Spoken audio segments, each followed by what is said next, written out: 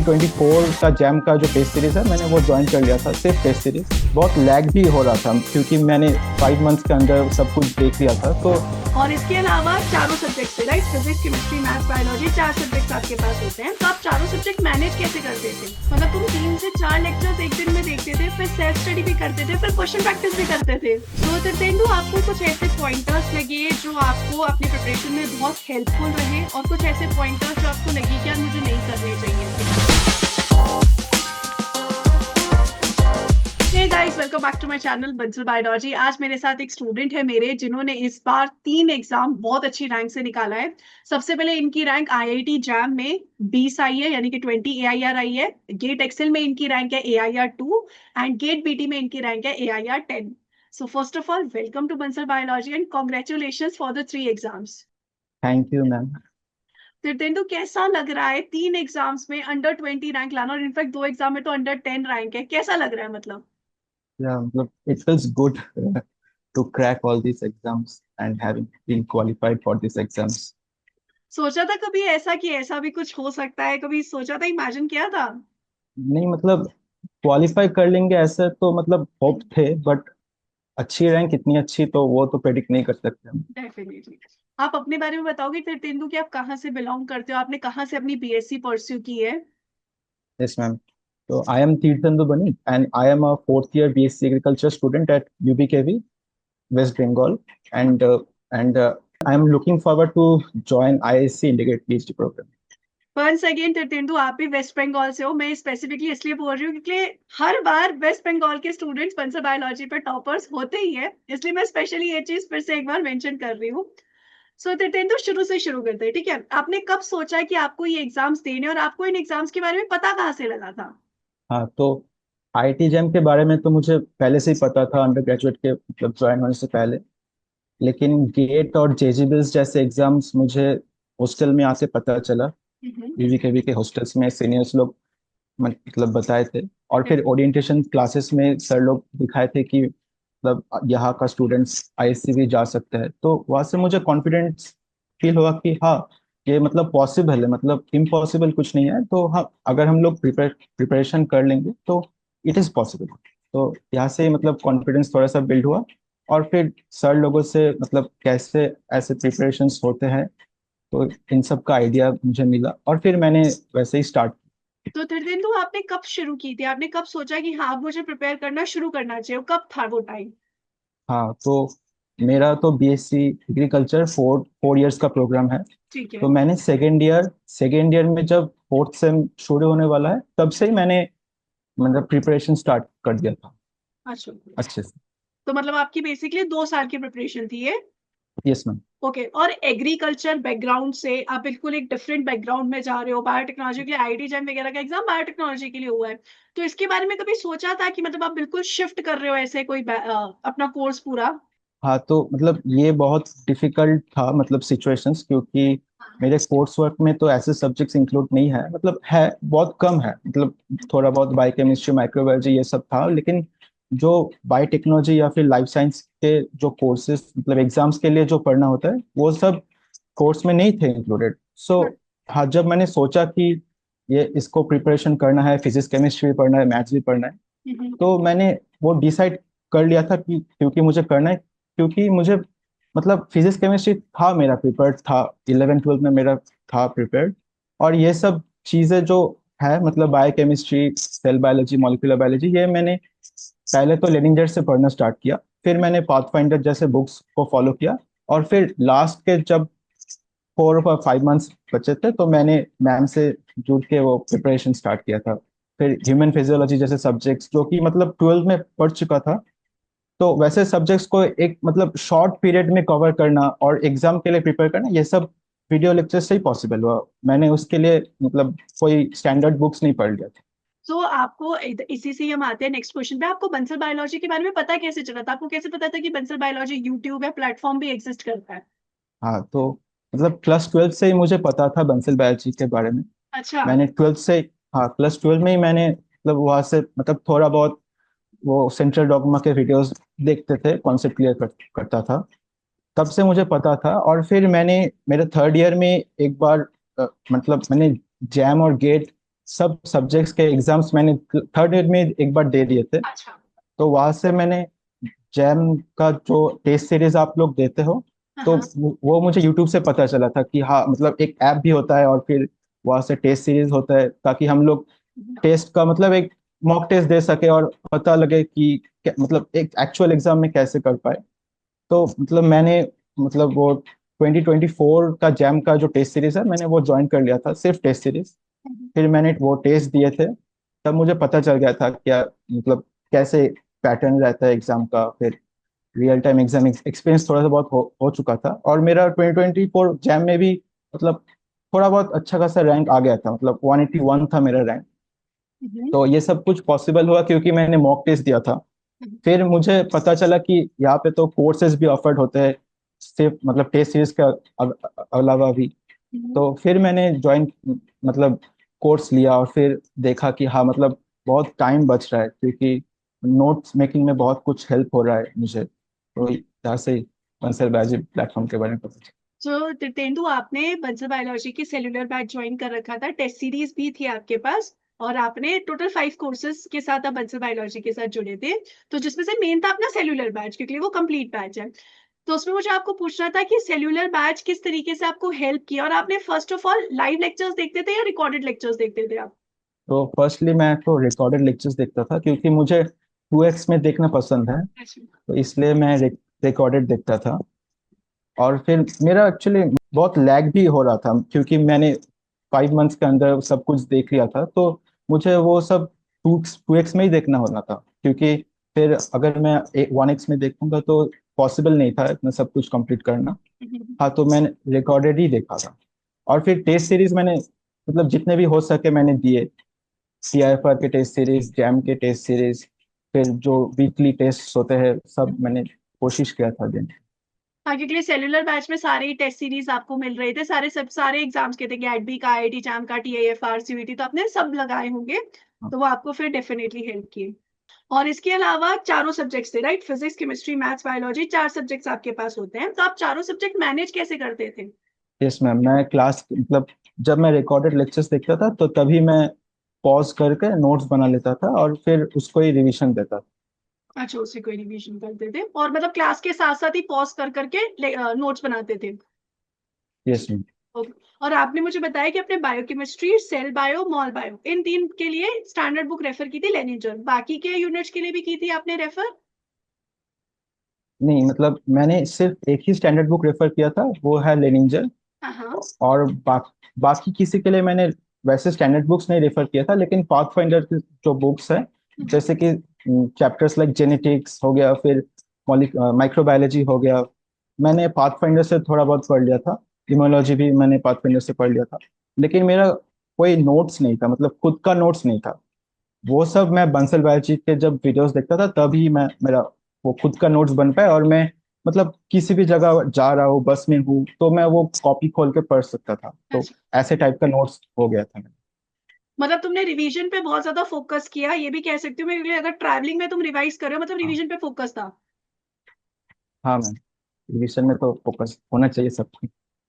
और आपने सिलेबस कब खत्म कर लिया था अपना पूरा पढ़ के? लाइक आईआईटी जैम फेब में होता है, तो आपका सिलेबस लगभग सब कुछ पढ़कर कब तक हो गया था? हाँ तो मतलब सिलेबस वैसे तो मतलब बहुत वास्ट सिलेबस है, तो वैसे मतलब बहुत दिन पहले नहीं कंप्लीट हुआ था, जस्ट 1 महीने पहले ही कंप्लीट हुआ था। तो IIT जैम का सिलेबस 1 महीने पहले मतलब कंप्लीट हो गया था, और फिर मैंने 1 महीने मतलब फुल मतलब जो प्रीवियस ईयर्स के जो क्वेश्चंस है वो टाइम मतलब टाइम स्टॉप लगा के फिर मैं वो ऐसे मॉक टेस्ट दे रहा था, मतलब 1 महीने फुल मॉक टेस्ट चला और रिविजन भी चलते रहे। ओके। और तुम जब प्रिपेयर कर रहे थे तो लगभग रोज कितने टाइम डिवोट कर देते थे आईआईटी जैम के प्रिपरेशन के लिए? वो तो डिपेंड करता है, मतलब जितना मतलब हो सकता है मतलब कर देता था, क्योंकि वो इंटरेस्ट पे भी डिपेंड करता है कि आज मुझे ये सब्जेक्ट पढ़ना है, तो वो इंटरेस्ट के हिसाब से होता था।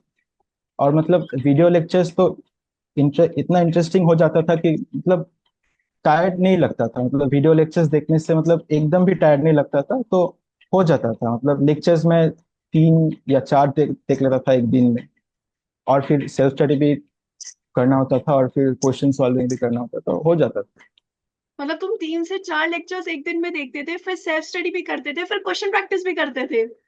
हाँ मतलब हाँ। बहुत बहुत डेडिकेशन चाहिए इसके लिए। अगर आपने ये सब चीजें किया तो बहुत डेडिकेशन चाहिए, बिकॉज 3 से 4 लेक्चर्स भी आप देख रहे हो, हर लेक्चर को आप 2x पे भी करके देख रहे हो, तो 3 से 4 घंटे गए उसमें। फिर आप सेल्फ स्टडी कर रहे हो, फिर आप क्वेश्चन प्रैक्टिस, मतलब 6 to 7 आवर्स तो आपको मिनिमम चाहिए ये सारी चीजें करने के लिए।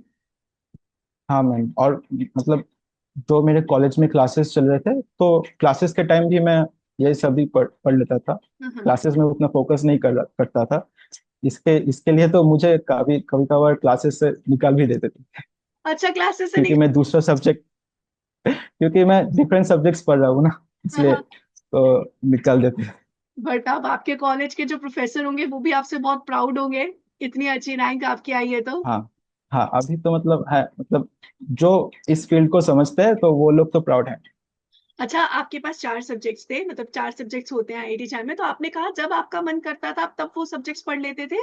नहीं मतलब वैसे तो टाइम डिवोट नहीं किया हुआ था, लेकिन मेरा मतलब फिजिक्स केमिस्ट्री, मतलब 2 साल में फिजिक्स केमिस्ट्री थोड़ा बहुत, मतलब क्लासेस चल रहा है, मैं वहाँ में फिजिक्स का कॉपी खोल के थोड़ा देख लेता था, मतलब ऐसे मतलब लर्निंग नहीं हो रहा था, लेकिन एक बार गो थ्रू कर लेता था, ताकि जो टॉपिक्स है वो दिमाग में रहे, मतलब निकल ना जाए। हम्म। मैंने वैसे फॉर्मूलाज भी याद नहीं रखे थे, मतलब मेरा डेरिवेशन याद था, तो उससे मैं खुद फॉर्मूलाज बना लेता था। तो सिर्फ मैं डेरिवेशंस देख लेता था एक बार क्लासेस के मतलब बीचों बीच, ऐसे ही चलता था। आपने नीट की प्रिपरेशन भी की थी क्या 11th 12th के टाइम पे? यस मैम, नीट का था पूरा प्रिपरेशन। तो फिर उसी के ही शायद आपकी जो प्रिपरेशन थी आपको वो आईआईटी जैम में भी हेल्प करी होगी। बहुत सारे टॉपर्स ये यस बोलते मैम। हैं मुझे कि मैम हमने नीट की प्रिपरेशन की थी और वो फिजिक्स मैथ्स हमें यहाँ पर हेल्प कर गई। यस मैम, डेफिनेटली नीट का अगर कोई किसी का प्रिपरेशन हो रखा है तो बहुत हेल्प होगा। तो अभी आपने मुझे ये बता दिया कि बायोलॉजी पे हम हो गए, कि बायोलॉजी के आपने तीन यूनिट्स की स्टैंडर्ड बुक रेफर की थी, बाकी आपने मोस्टली नोट्स ही रेफर किए थे बंसल बायोलॉजी के। इसके अलावा जो फिजिक्स केमिस्ट्री मैथ्स है उसके लिए जो आपके 11th और 12th की प्रिपरेशन थी वो हेल्प कर गई, और बंसल बायोलॉजी के जो लेक्चर्स थे वो आपको हेल्प कर गए, राइट? इसके अलावा भी आपने यस कुछ मैम। और किया था, तीसरी चीज भी कुछ की थी? नहीं, जस्ट क्वेश्चन प्रैक्टिस, जो बस ये प्रीवियस ईयर जो क्वेश्चन है जस्ट वो प्रैक्टिस।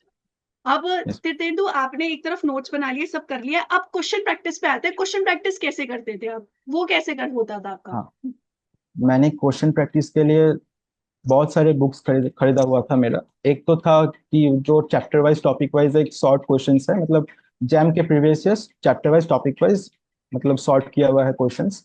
वो बुक मैं करता था जब भी मेरा टॉपिक खत्म होता था, तो मैं वो कर लेता था पहले। तो वैसे तो मेरा एक बार प्रीवियस ईयर क्वेश्चंस हो चुका, मतलब हो गया मेरा एक बार प्रीवियस ईयर क्वेश्चन सॉल्व करना। उसके अलावा एक पाथफाइंडर का भी बुक होता है, जो कि एमसीक्यूज का बुक होता है। तो वो भी मैंने कुछ कुछ टॉपिक्स का कर लिया था, पाथफाइंडर का एमसीक्यू का बुक। और फिर मैंने जब 3 महीने बाकी था एग्जाम्स का, तब मैंने वो एक बुक होता है कि मतलब फुल प्रीवियस ईयर्स का जो है, मतलब एक ईयर का सारा क्वेश्चन एक साथ। तो हम्म। वैसे मैं टाइम लगा के वो भी सॉल्व करता था, मॉक टेस्ट जैसे।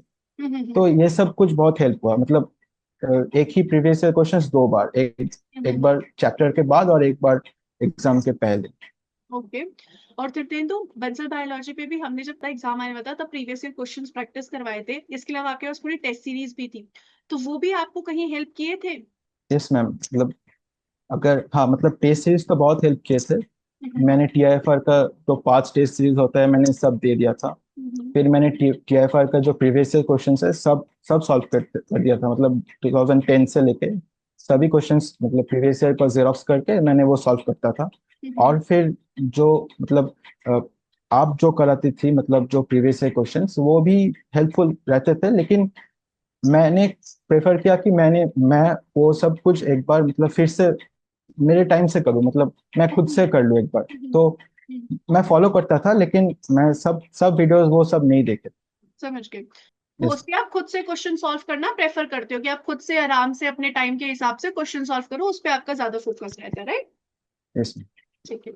सो तीर्थेंदु, आपको कुछ ऐसे पॉइंटर्स लगे जो आपको अपने प्रिपरेशन में बहुत हेल्पफुल रहे, और कुछ ऐसे पॉइंटर्स जो आपको लगे कि यार मुझे नहीं करने चाहिए थे, ऐसे कुछ लगे कोई पॉइंटर्स? नहीं मतलब हेल्पफुल तो सभी चीज लग रहा है, मतलब जितना कर सके वही हेल्पफुल होगा, लेकिन ऐसे नहीं करना चाहिए था, ऐसे कुछ नहीं लग रहा है ऐसे। नहीं, मतलब आप आपसे जितना हो सकता था इन शॉर्ट आपने वो सब कर दिया, कि मुझसे जितना हाँ। हो सकता है मैंने वो सब कर दिया। हाँ। ठीक है। अब हम आईआईटी जैम की प्रिपरेशन से नेक्स्ट स्टेज पे चलते हैं। आपकी इन तीनों ही एग्जाम्स में बहुत अच्छी रैंक आई, तो डेफिनेटली आपको बहुत सारे कॉलेजेस ने इनवाइट भी किया होगा और आपके बहुत सारे कॉलेजेस में सिलेक्शन हुआ भी था।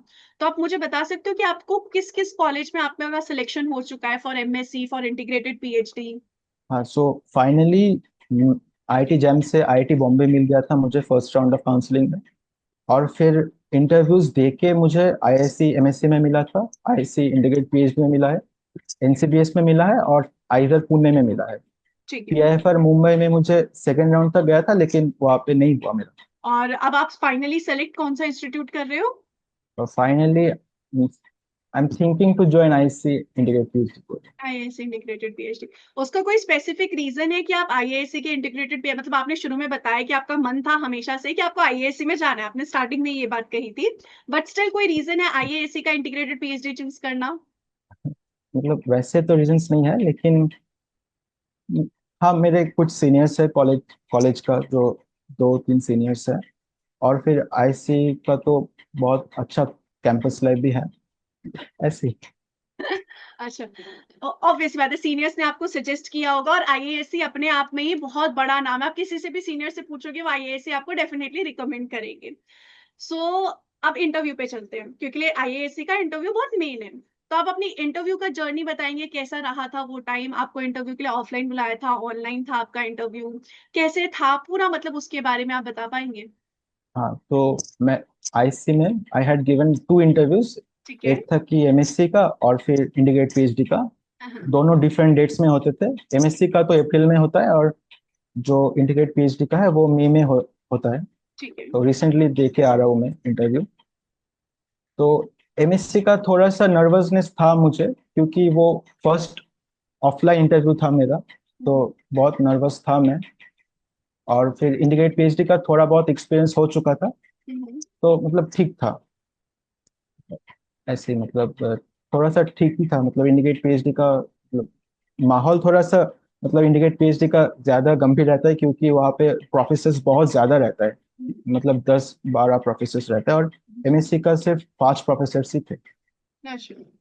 तो मतलब आपके पैनल में 10 से 12 प्रोफेसर्स थे जो आपसे क्वेश्चंस पूछ रहे थे, और किस तरीके के क्वेश्चन्स थे तेंदु, याद है आपको अच्छे से कि उन्होंने क्या पूछा? कुछ कुछ यस हो मैम। गया, कुछ कुछ क्वेश्चंस याद रहते कि अरे ये पूछा था, ये पूछा था, तो वो क्वेश्चंस आप बता सकते हो?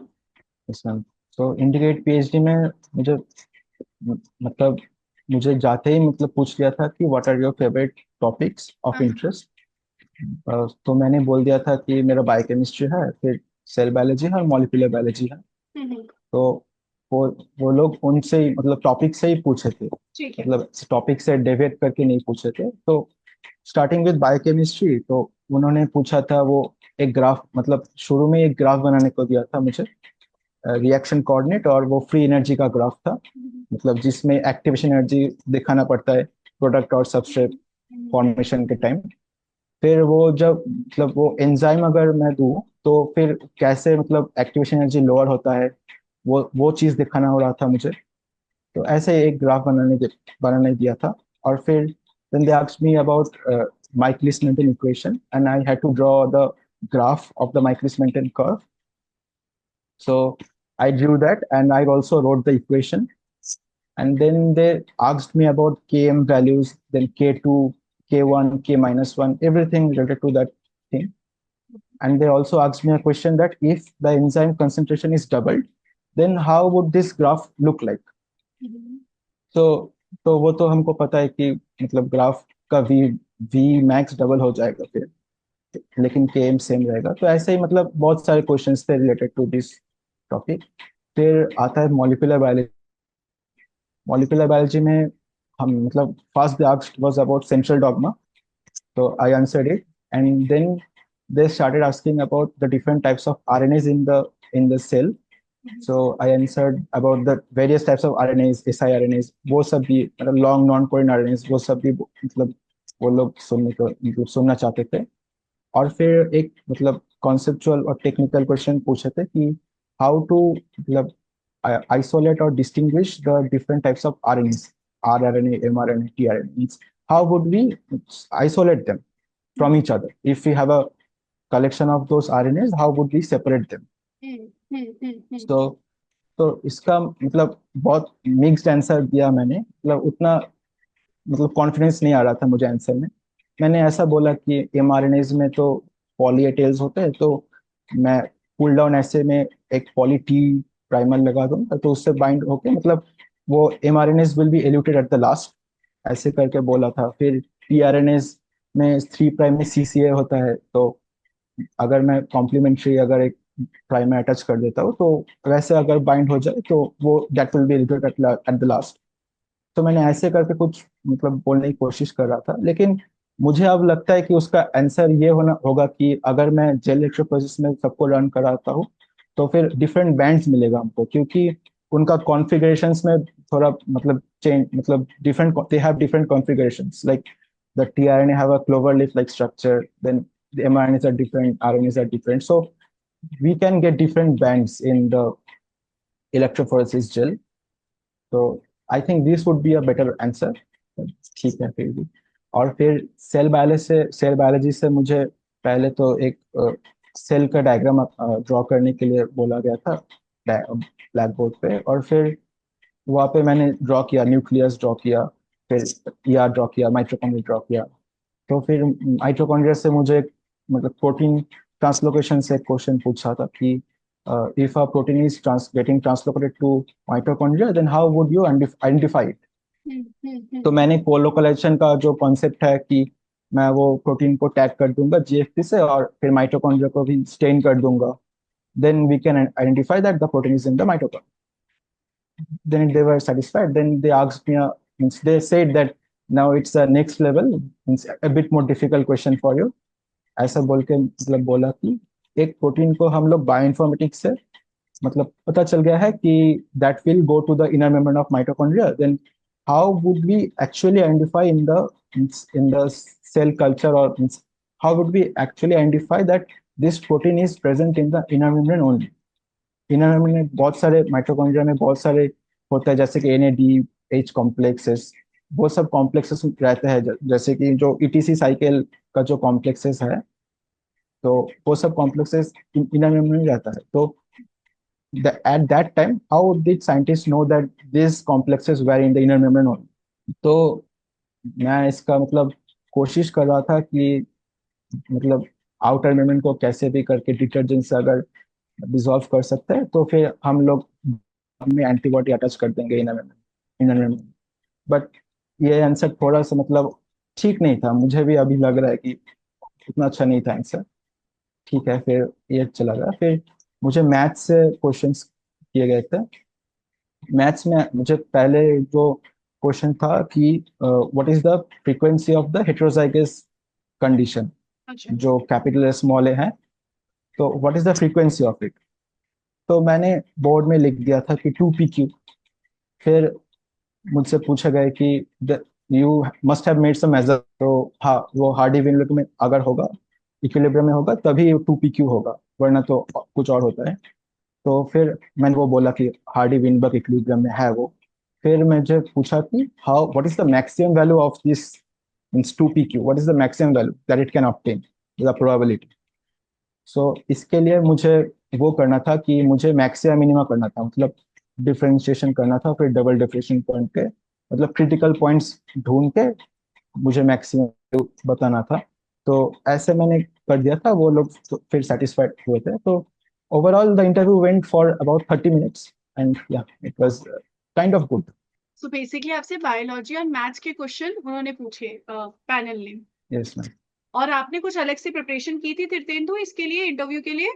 नहीं, इंटरव्यू के लिए कुछ अलग से तो प्रिपरेशंस नहीं थे, लेकिन मैंने इंटरव्यू के लिए स्टैटिस्टिक्स थोड़ा सा अच्छे से करके गया था, क्योंकि मेरे यूजी में स्टैटिस्टिक्स थे, तो स्टैटिस्टिक्स मैंने करके गया था। बाकी सारे इंटरव्यूज में स्टैटिस्टिक्स पूछे थे, मतलब अच्छे खासा स्टैटिस्टिक्स पूछे थे, क्योंकि मेरे यूजी में सब्जेक्ट है स्टैटिस्टिक्स का, इसलिए। और बाकी जो हम बायोलॉजी से जितने भी मैं क्वेश्चन समझ पाई वो तो मोस्टली नोट से ही आए हैं, कि मतलब जो हम पढ़ते हैं नॉर्मली आईआईटी एग्जाम की प्रिपरेशन के लिए वैसे ही थे। बस उसको थोड़ा सा यस मैम। उन्होंने एक्सपेरिमेंटल बना लिया। वैसे नहीं तो मोस्टली क्वेश्चंस देवर लाइक डायरेक्ट क्वेश्चंस, जितने मेरे को समझ पा रहे हो डायरेक्ट क्वेश्चंस ही थे। सो अब इंटरव्यू से चलते हैं फिर से प्रिपरेशन की तरफ। तो आप जब प्रिपेयर कर रहे थे तब कभी ऐसे सेल्फ डाउट आता था, या कभी ऐसे फेलियर सा लगता था, कभी लगता था कि यार नहीं करना, ऐसा कभी होता था, फील हुआ है ऐसा? नहीं मतलब सेल्फ डाउट तो मतलब बहुत बार हो चुका था कि नीट नहीं क्रैक हुआ था मेरा। हाँ तो हाँ। सेल्फ डाउट तो था ही पहले से ही। लेकिन करना है ये मुझे पता था कि हाँ करना तो है। हाँ लेकिन सेल्फ सेल्फ डाउट्स होते रहते हैं क्योंकि डेली जब गोल्स मैं लिख के रखता था वो कंप्लीट नहीं होते थे तो वो थोड़ा टेंशन दे देता था कि हाँ मतलब कैसे होगा इतना सारा कुछ। बट देन हो जाता है। और दिप्तेंदु, इतने सारे सब्जेक्ट्स हैं, इवन अगर अपन गेट बीटी का देखें तो कुछ कुछ उसमें अलग ही चैप्टर्स हैं। ठीक है, गेट एक्सेल और आईआईटी जैम तो फिर भी काफी सिमिलर है। तो इतने सारे चैप्टर्स करना, इतनी सारी चीजें दिमाग में रखना, तो कोई ट्रिक्स थी आपके पास, या आप कैसे इतनी सारी चीजों को अपने ब्रेन में स्टोर कर लेते थे? मतलब वैसे तो कोई ट्रिक्स नहीं है लेकिन ठीक है मतलब जैसे कि गेट बायोटेक्नोलॉजी का जो एग्जाम है उसमें बायो प्रोसेसिंग और बायो इंजीनियरिंग ये दो टॉपिक्स है जो मतलब आते हैं क्वेश्चंस आते हैं। लेकिन अगर हम एकदम प्रीवियस ईयर को मैं ठीक ठाक करके जाओ तो आइडिया लग जाता है कि कहाँ से आएगा क्वेश्चन। तो थोड़ा सा मतलब वैसे मतलब ट्रिक्स यूज करना पड़ता है कि हाँ मुझे पता है कि कहाँ से क्वेश्चंस आ रहा है। तो उस हिसाब से प्रिपरेशन को अगर वैसे अगर हम लोग डिवाइस कर सके कि हाँ मुझे सिर्फ वो टॉपिक्स करके जाना है तो फिर मेरा हो जाएगा। तो ऐसे ट्रिक्स करना पड़ता है हाँ। क्योंकि सब कुछ पॉसिबल नहीं है। सो प्रीवियस ईयर क्वेश्चंस को तो डेफिनेटली एनालाइज करना बहुत ज्यादा जरूरी है, वो जैसे जैसे हम सिलेबस करते जाते हैं हमें वो कर लेना चाहिए, वो काफी इंपॉर्टेंट है। अब फिर दिन तो जो बच्चे नेक्स्ट ईयर के लिए प्रिपेयर कर रहे हैं, उनके लिए अगर आप कोई मैसेज देना चाहे, उन्हें कुछ आप बताना चाहे, तो definitely you can tell. Yeah so for the future experience मैं जो सजेस्ट करना चाहूंगा कि everyone should enjoy the process of learning first. मतलब एग्जाम्स तो बहुत सारे हैं कोई ना कोई तो आराम से निकल जाएगा। तो ये जो हम लोग सीखने को मिल रहा है वो एंजॉय करना बहुत मतलब जरूरी हो जाता है। और फिर एक और चीज जो मैं खुद को हमेशा बोलता था कि the if you if you work hard definitely the chances of your being lucky would increase.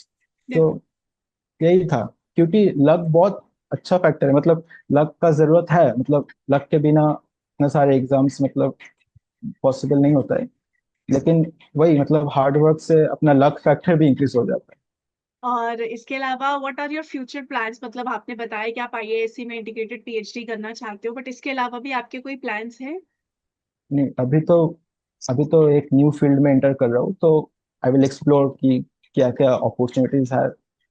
अभी तो मुझे लग रहा है कि मैं रिसर्च में ही जाऊंगा। लेकिन देखते हैं कि ऐसे बड़े इंस्टीट्यूट्स में जाके आपको और भी और बहुत कुछ पता चल जाता है जो आपको पहले से पता नहीं होता है।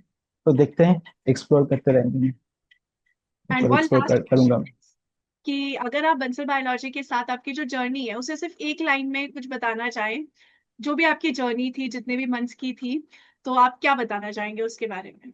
या so in short it was good and it saved a lot of my time.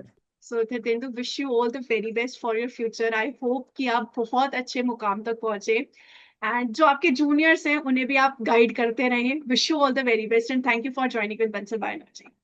Thank you thank you. Thank you, bye bye.